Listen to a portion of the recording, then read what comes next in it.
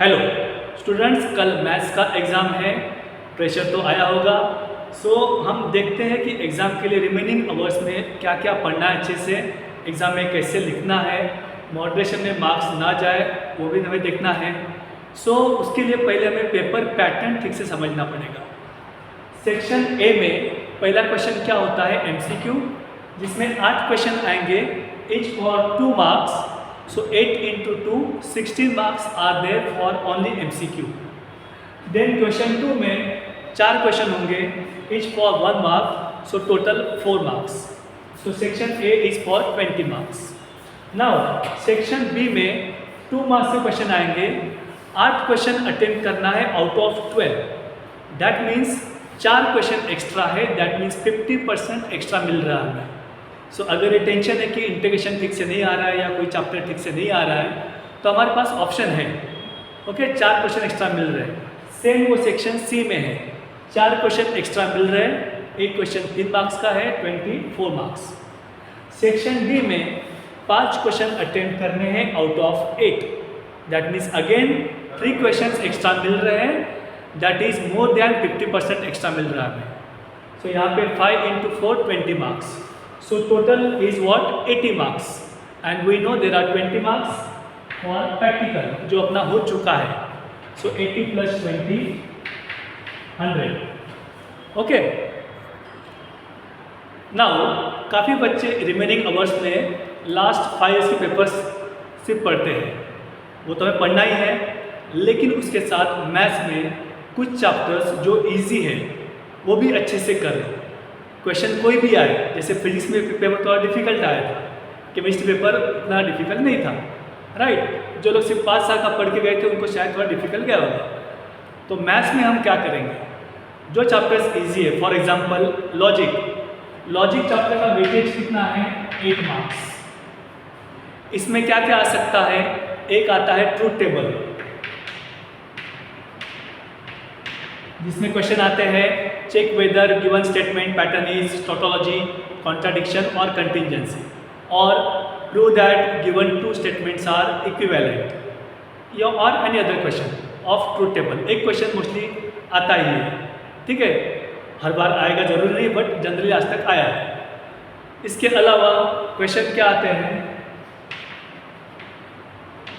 Statement based, that means given sentence statement है या नहीं है तो उसका ट्रूथ वैल्यू क्या है, दैट मीन्स ट्रू और फॉल्स, वो लिखना होता है। देन कॉन्वर्स,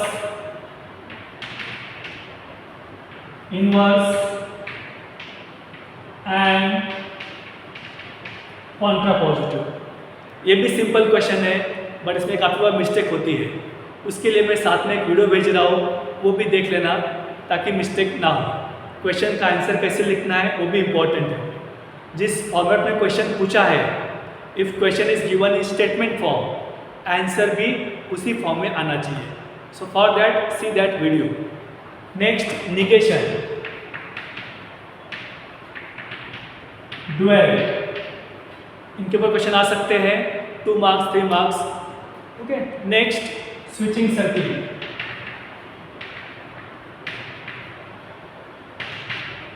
इसमें जब हम लॉज यूज करते हैं, वो लॉज ब्रैकेट में हमें लिखना है, बाय विच लॉ, ओके। यहाँ पे टेबल में सपोज आंसर है given statement is tautology, just don't write answer as it is tautology, नहीं तो 1 मार्क जाएगा। हमें कैसे लिखना है, from last column, as all truth values of given statement are true, or write given statement pattern is always true and therefore it is tautology. Same for contradiction, same for contingency. In contingency write as it is both true and false, so therefore it is contingency. Even if question is given 2 statements are equivalent or not, write answer with reason from say column A and B, as truth values of given 2 statements are identical, that is equal, therefore given 2 statements are equivalent. Logic में कोई भी question आए हम कर सकते हैं। Next, matrices, here weightage is 6 marks. इसमें question क्या क्या आते हैं generally, find the inverse of matrix either by adjoint method or by row or column. If in question elementary transformation is given, you can use row or column. If clearly elementary row is given, then use only row. If column is given, use only column. And if adjoint is given, we have to solve by adjoint method. Okay. Now, how to write? Suppose matrix A is given. First, find out determinant of A. Prove that determinant is not equal to 0 and so A inverse exists. Now, if you are using row transformation, then write A into A inverse is equal to I. Or if you are using column, then write A inverse into A is equal to I. Now suppose question is different. Some matrix X is given here some matrix is given, and here some matrix is given. Find out X. Now here don't apply row transformation. If on second matrix we are applying transformation, then use column transformation only. And if this question is given like this, find the X, then as on first matrix we are applying transformation, so here apply row. Same thing we are doing here. हम यहाँ apply कर रहे हैं इसलिए रो से कर रहे हैं, फर्स्ट पे अप्लाई कर रहे हैं इसलिए, यहाँ पे सेकंड पे कर रहे हैं तो हम कॉलम से करते हैं. ओके.